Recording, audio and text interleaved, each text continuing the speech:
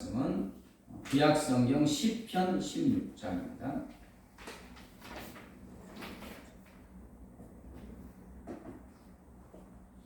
시편 16장 8절부터 11절, 구약성경 812쪽입니다. 시편 16편 8절부터 11절. 그리고 이제 캠코더 좀 사가지고 주일 예배를 보통 이제 다음 주부터는 설교를 유튜브 계정을 마련해갖고 올리고 있습니다. 그래서 이렇게 구독으로 해서 들어가면 또 언제든지 설교를 들을 수 있게 되겠습니다. 시편 16장 8절부터 11절 교독합니다. 8절. 내가 여호와를 항상 내 앞에 모시며 그가 나의 오른쪽에 계심으로 내가 흔들리지 아니하리로다. 이러므로 나의 마음이 기쁘고 나의 영도 즐거워하며 내 죄로 완전히 살리리. 이는 주께서 내 영혼을 수월에 버리지 아니하시며 주의 거룩한 자를 멸망시키지 않으실 것임이니이다. 같이요. 주께서 생명의 길을 내게 보이시리니 주의 앞에는 충만한 기쁨이 있고 주의 오른쪽에는 영원한 즐거움이 있나이다.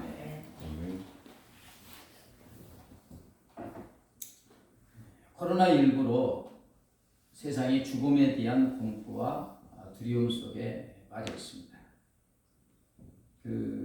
영상 예배를 드리지 않고 실제 예배를 드리는 교회들도 꽤 있었잖아요. 그런데 한 3분의 1 정도 나가고 다 영상 예배를 이제 동시에 있으니까 드립니다. 그만치 무서움 속에 빠져 있습니다. 물론 전염을 방지하기 위한 그런 것도 있지만 또 코로나19로 인하여 지금까지 사람들이 믿고 의지하며 살았던 모든 것들도 무너지고 있고요.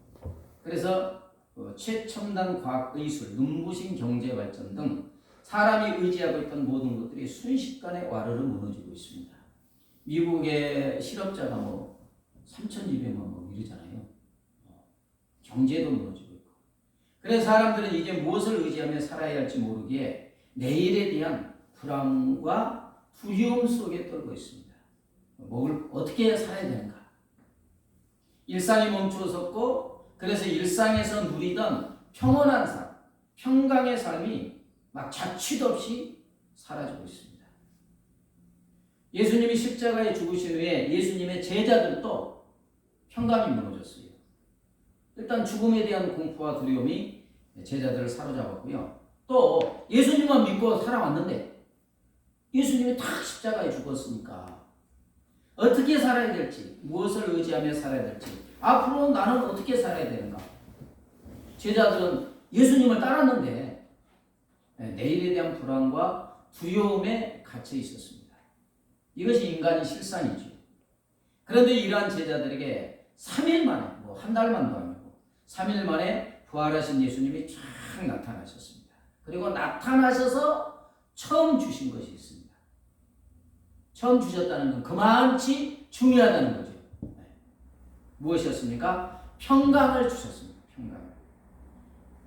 이게 나오면 같이 읽으면 되는데 안 나오니까. 요한복음 20장 19절에 이날 곧 안식 후 첫날, 이제 주일이죠. 저녁 때 제자들이 유대인들을 두려워하여 모인 곳에 문을 닫았더니 예수께서 오사 가운데 서서 이르시되 너희에게 평강이 있을지어다. 아멘. 너희에게 평강이 있을지어다.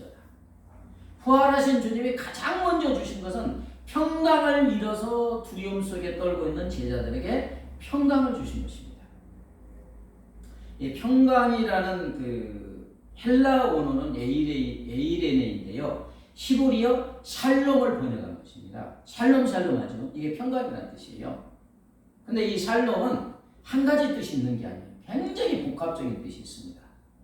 평안, 평화, 평온, 그 다음에 안전, 염려 없음, 형통, 복지, 요즘에 웰빙이라고 하죠. 웰빙. 그 다음에 번영, 또 마음에 기쁘고 즐겁고 만족감의 뜻이 포함되는 게 샬롬입니다.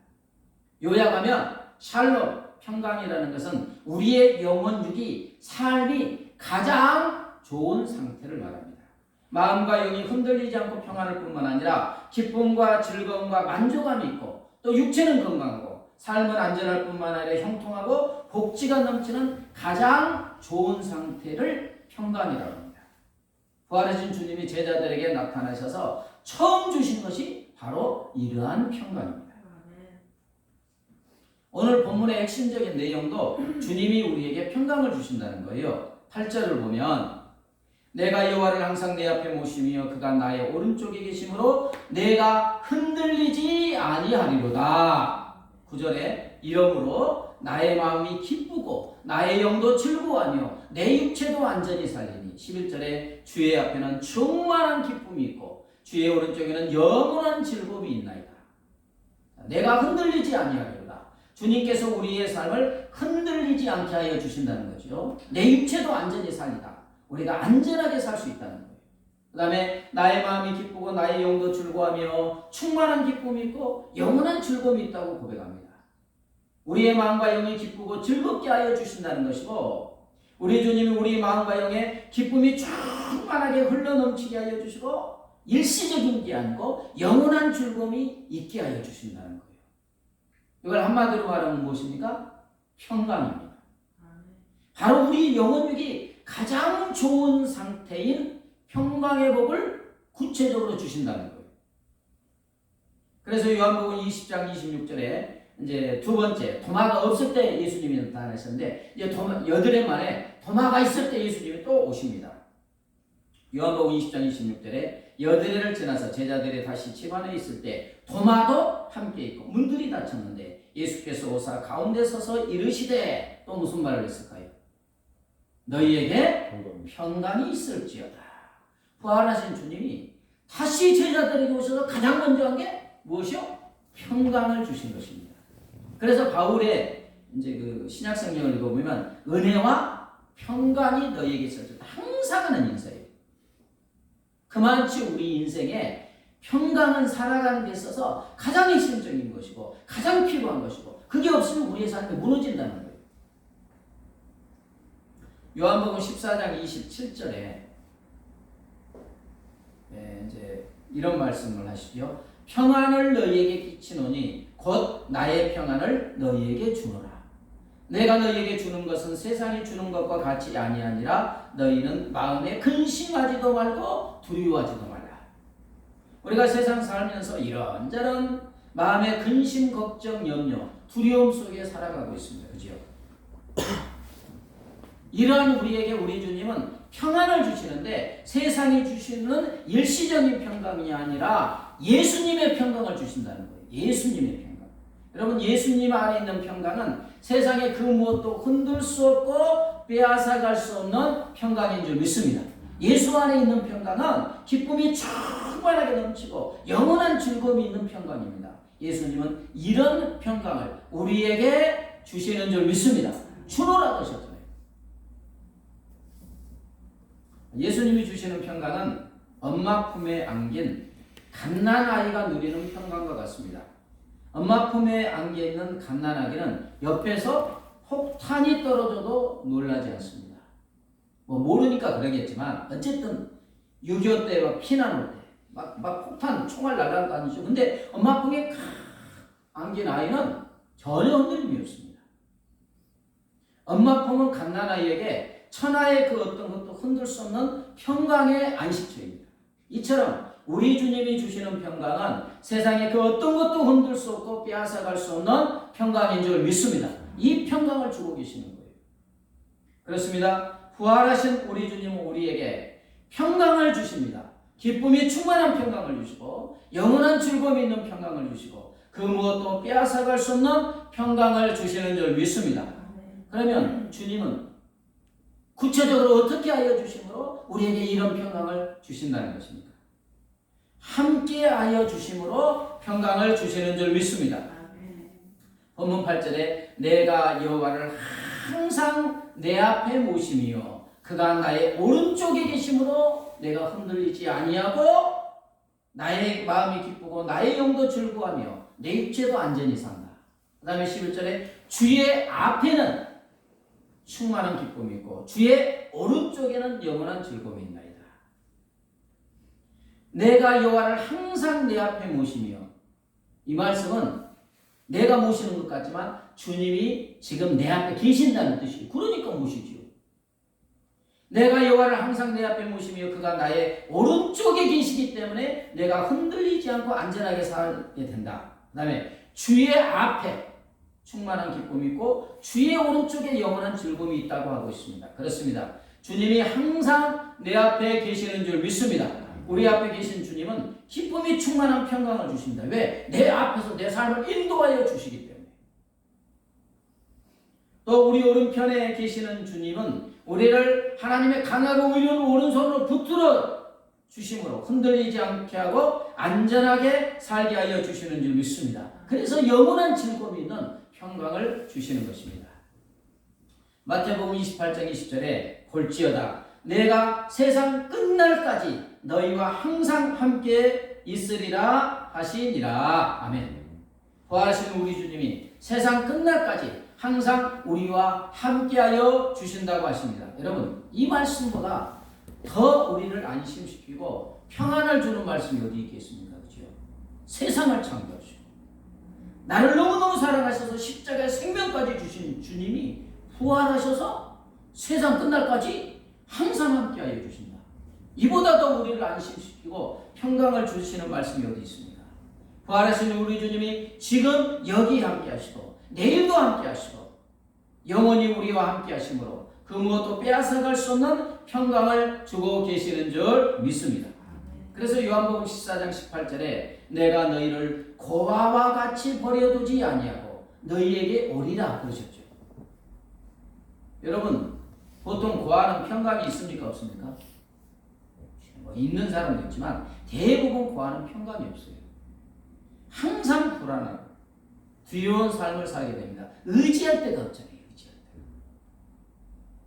그러나 자기를 사랑하는 진짜 자기를 사랑하는 부모와 함께하는 자녀는 평안한 삶을 삽니다. 우리 주님 우리를 고아와 같이 버려두지 않으시고 우리에게 오셔서 함께하여 주신다고 약속하셨습니다.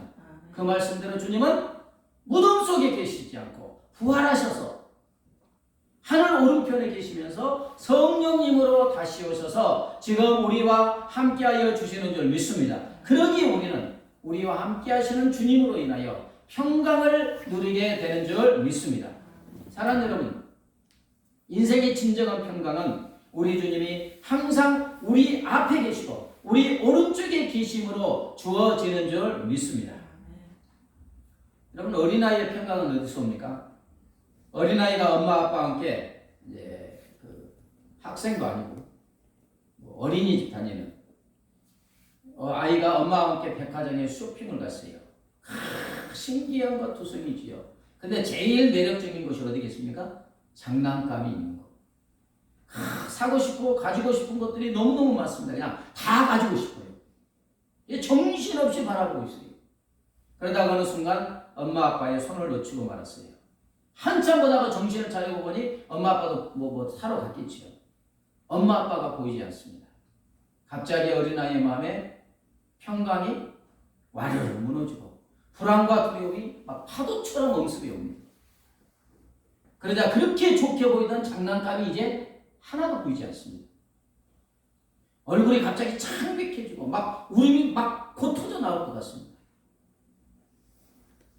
저 막내가 어렸을 때 그 고속도로나 거기가 큰 기둥이 있었어요. 그리고 술래잡기 했는데 앞에 보이다가 제가 더 먼저 가서 뒤에서 따라가니까 앞에는 안 보이잖아요.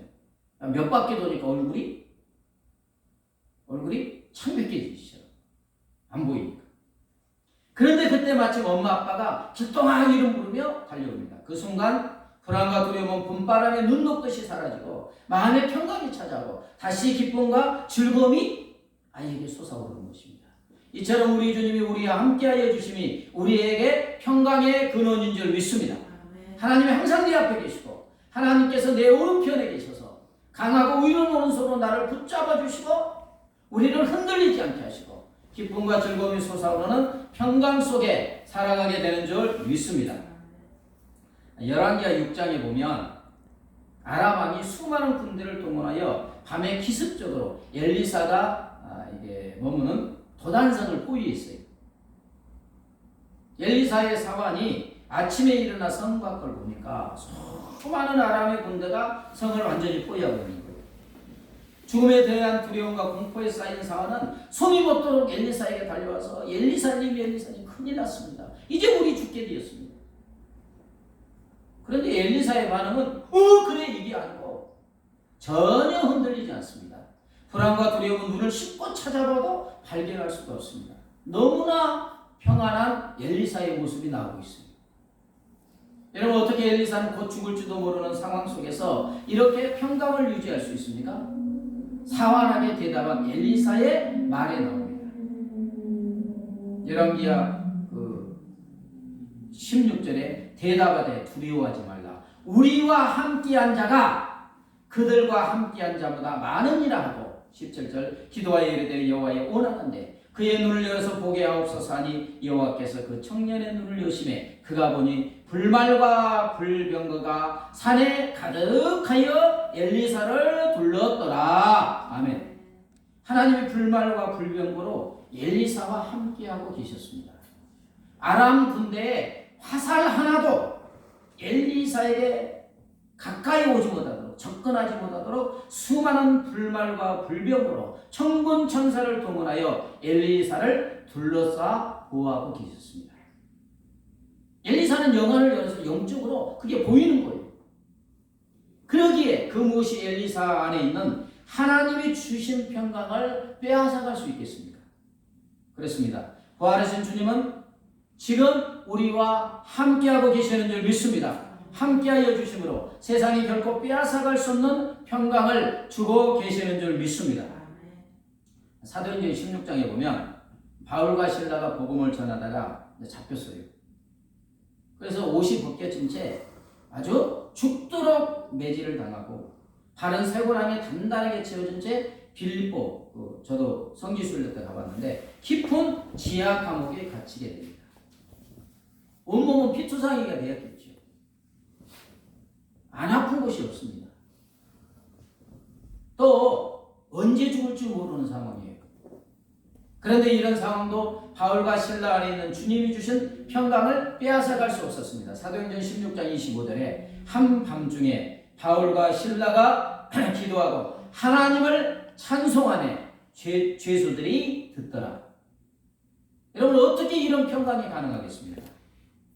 부활하신 주님께서 바울과 함께하고 있었기 때문인 줄 믿습니다. 부활하신 주님께서 성령님으로 그들과 함께 하시면서 죽음도 빼앗아갈 수 없는 평강을 계속해서 부어주고 계셨기 때문에 찬송하는 거예요.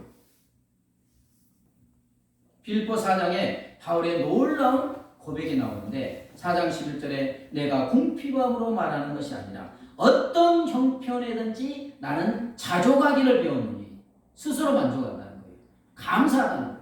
12절에 나는 비천에 처할 줄도 알고 풍부에 처할 줄도 알아. 모든 일 곧 배부름과 배고픔과 풍부와 궁핍에도 처할 줄 아는 일체의 비결을 배웠노라. 바로 어떤 형편에 처든지 만족하고 감사한다는 거예요. 그렇게 하려고 해서 하는 게 아니고 그렇게 되어졌다는 거예요. 가난해도 만족하고 감사하고 부유해도 교만하지 않았고 만족하고 감사하고 배부를 때나 배고플 때나 넉넉할 때나 궁핍할 때나 어떤 형편에서도 만족하고 기뻐하고 감사하게 됐다. 어떻게 이런 평강이 가능하겠어요? 빌립보서 4장 13절에 내게 능력 주시는 자 안에서 내가 모든 것을 할 수 있느니라. 아멘. 주님이 바울과 함께 하시면서 그런 능력을 주시기 때문에 어떤 경우에도 놀라운 평강을 유지하게 된 줄 믿습니다. 우리의 힘과 힘으로 되는 게 아닙니다. 주님이 함께 하심을 임재를 체험하니까 막 주님이 부어주시는 평강이 차고 넘치니까 어떤 것도 빼앗아갈 수 없는 거예요. 그렇습니다. 부활하신 우리 주님이 우리 앞에서 항상 함께 하심으로 평강을 주십니다. 우리 오른쪽에서 항상 함께 하심으로 평강을 주시고 우리를 아예 둘러싸 항상 함께 하심으로 우리에게 평강을 주시는 줄 믿습니다. 또 어떻게 하심으로 우리에게 평강을 주십니까? 부활의 생명을 주심으로 평강을 주십니다. 10절 11절 이는 주께서 내 영혼을 수월에 버리지 아니하시며 주의 거룩한 자를 멸망시키지 않으실 것입니다. 주께서 생명의 길을 내게 보이시리니 주의 앞에는 충만한 기쁨이 있고 주의 오른쪽에는 영원한 즐거움이 있나이다.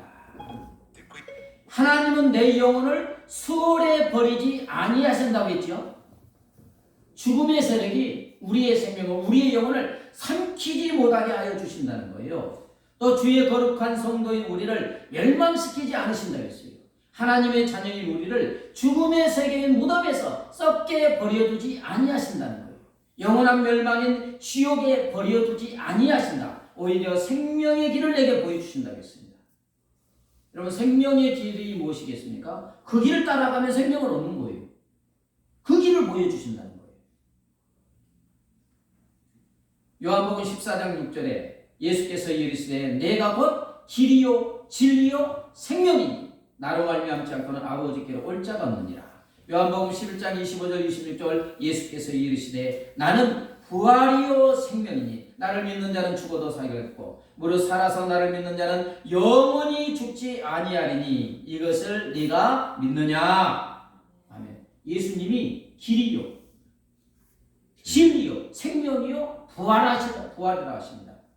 예수님이 영생에 이르는 생명의 길이라는 거예요. 부활이요 생명이 이르신 예수님을 이미 은혜로 믿는 우리는 영원히 죽지 않는다고 하십니다. 비록 육신이 죽는다고 할지라도 부활이요 생명이신 예수님이 우리를 부활시켜서 영원한 생명을 주시는 줄 믿습니다. 그럼 그 부활의 생명은 어떤 생명이겠어요? 고린도전서 15장 42절 44절에 죽은 자의 부활도 그와 같으니 썩을 것으로 심고 썩지 아니할 것으로 다시 살아나며 욕된 것으로 심고 영광스러운 것으로 다시 살아나며 약한 것으로 심고 강한 것으로 다시 살아나며 육의 몸으로 심고 신령한 몸으로 다시 살아나나니. 아멘. 부활한 우리는 다시는 썩지 않는 몸이고 죄가 전혀 없는 영광스러운 몸이고 질병 등에 고통당하지 않는 강한 몸이고 육신의 몸이 아니라 신령한 몸이 된다는 것입니다. 부활하신 주님과 같이 된다는 거예요. 부활하신 우리 주님은 혼자 부활하신 것이 아니고 부활하신 우리 주님은 우리를 이렇게 썩지 않는 몸, 강하고 영광스러운 몸, 신령한 몸으로 부활시켜 주셔서 주님과 함께 영생 복락 누리게 하여 주시는 줄 믿습니다. 그렇기 때문에 이제는 죽음도 우리의 평강을 흔들 수 없고 빼앗아 갈 수 없는 줄 믿습니다. 많은 그리스도인들이 이 땅을 떠나잖아요. 근데 부활의 주님이 함께 하시고 부활의 생명을 주기 때문에 기뻐하면서 가잖아요. 여러분, 부활의 생명이 주는 평강은 영원히 마르지 않고 솟아나는 샘물과 같습니다. 이 부활의 생명이 우리에게 약속으로 보장되어 있기 때문에 이제 우리 안에는 마르지 않고 영원히 솟아오르는 평강의 샘이 생기게 된 줄 믿습니다. 평강의 샘이 생겨가지고 이 평강의 샘에서 기쁘고 즐거움이 솟아나 우리의 마음과 영혼을 촉촉하게 적셔줌으로 항상 평강을 주시는 줄 믿습니다. 사도행전 6, 7장에 보면 스데반이 나와요. 스데반이 성령 충만하고 은혜와 권능이 충만하여 천사와 같이 빛나는 얼굴로 막 큰 기사와 표적을 행하며 예수의 십자가의 죽음과 부활을 쫙 증거하죠. 이 때문에 이제 스데반은 이제 모함받아서 잡혀서 돌에 맞아 순교하게 됩니다. 근데 이제 읽어보면 순교하는 스데반은 쫙 영안이 쫙 열리면서 하늘문이 열리면서 누구를 봅니까? 예수님. 부활하신 주님을 봐요. 사도행전 7장 55절 스데반이 성령이 충만하여 하늘을 우러러 주목하여 하나님의 영광과 및 예수께서 하나님 우편에 서신 것을 보시고, 원래 예수님은 하나님 오른쪽 우편에 서 계십니까? 앉아 계십니까? 앉아 계시는 거예요. 근데 사랑하는 스데반이 복음을 전하다가 순교하는 그것이 너무 기쁘고 영광스러워서 주님이 벌떡 일어선 거예요. 이걸 보고 말하되 보라 하늘이 열리고 인자가 예수님이 하나님 우편에 서신 것을 보노라 한데, 그 다음에 이제 59절에 그들이 돌로 스데반을 치니 스데반이 부르짖어 이르되 주 예수여 내 영혼을 받으시옵소서 하고, 순교하는 순간 스데반은 부활하셔서 하나님 우편에 벌떡 서서 자기를 보고 계시는 주님을 보았다는 것. 그리고 도저히 말야 숭배하면서 그는 부활하신 주님께 주 예수여 내 영혼을 받으시옵소서 하고 숭배합니다. 여러분 이렇게 숭배하는 스데반이 죽음의 공포와 두려움에 쌓여있는 것 같습니까? 오히려 기쁨이 충만한 평강 가운데 있지 않습니까? 스데반의 순교는 돌에 맞아 좀 얼마나 아프겠어요. 막 깨지고 부서지고. 죽는 자의 모습이 아니에요. 육신의 죽음은 스데반 안에 있는 기쁨이 충만한 평강을 빼앗아갈 수가 없었어요. 왜요? 부활하신 주님을 보고 계시잖아요. 보고 있잖아요. 오른쪽에 벌떡 서서 환영하는 부활하신 주님을 보고 계시고 그 부활하신 주님이 이미 스데반에게 영원한 생명, 부활의 생명을 부어주고 계시기 때문이었습니다. 그렇습니다. 사랑하는 여러분, 우리 육신의 죽음은 부활의 생명으로 나아가는 출발점일 뿐이에요. 그래서 잠잔다고 하는 거잖아요. 잠자다가 깨어나면 부활의 생명을 얻는 거예요. 그러므로 우리 그리스도인에게 죽음은 더 이상 부활의 생명을 가진 우리의 평강을 결코 빼앗아 갈 수가 없는 줄 믿습니다. 그렇습니다. 부활하신 우리 주님은 우리에게 부활의 생명을 주십니다. 이 부활의 생명은 우리에게 기쁨이 충만한 평강을 주고 영원한 즐거움 있는 평강을 주고 죽음도 빼앗아 갈 수 없는 평강을 주는 줄 믿습니다. 그래서 이 부활의 생명이 없는 사람들은 죽을 때 두려워요. 너무너무 두려운 거지. 왜? 들은 풍월은 있어가지고 죽으면 어떻게 될지 모르잖아요. 안 가봤으니까. 근데 들은 소식은 죽으면 지옥 갈 수 있다는 말도 듣고 얼마나 불안한지 몰라요. 이 죽음을 극복하지 못한 사람은 절대로 완전한 평강을 얻을 수가 없습니다. 최고의 절망인 죽음이 내일 올지 모레 올지 모르는데 어떻게 진정한 평강을 얻을 수가 있겠습니까? 그러나 저와 여러분은 부활의 주님께서 우리에게 부활의 생명을 주시기 때문에 어떤 사탄도 죽음도 우리의 평강을 빼앗아 갈 수 없는 줄 믿습니다. 그럼 우리에게 평강을 주시는 우리 주님이 원하시는 것은 무엇이겠습니까? 부활하신 주님을 항상 내 앞에 모시고 사는 것입니다. 무슨 대단한 것을 주님이 원하시는 게 아니에요. 다 주님이 다 하십니다. 8절에 내가 여호와를 항상 내 앞에 모시며 그가 나의 오른쪽에 계심으로, 이게 다윗의 고백이잖아요. 항상 내 앞에 모신다는 것은 항상 내 앞에 주님이 계시는데 바라보고 있다는 거예요.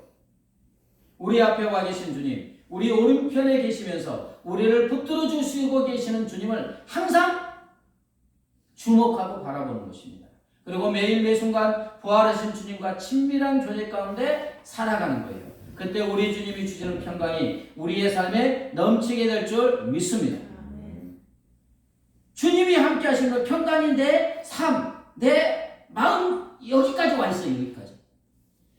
내가 끌어온 게 아니라 주님이 이미 주시고 계신다고. 그래서 내가 영안을 열어서 그 주님을 바라보고 교제하는 순간 물밀듯이 들어오는 거예요. 여기까지 와 있어요. 근데 이렇게 하지 못하는 그리스도인은 얼마나 안타깝습니까? 그렇죠? 이런저런 일에 걱정, 근심, 염려, 두려움 어떻게 행복해요?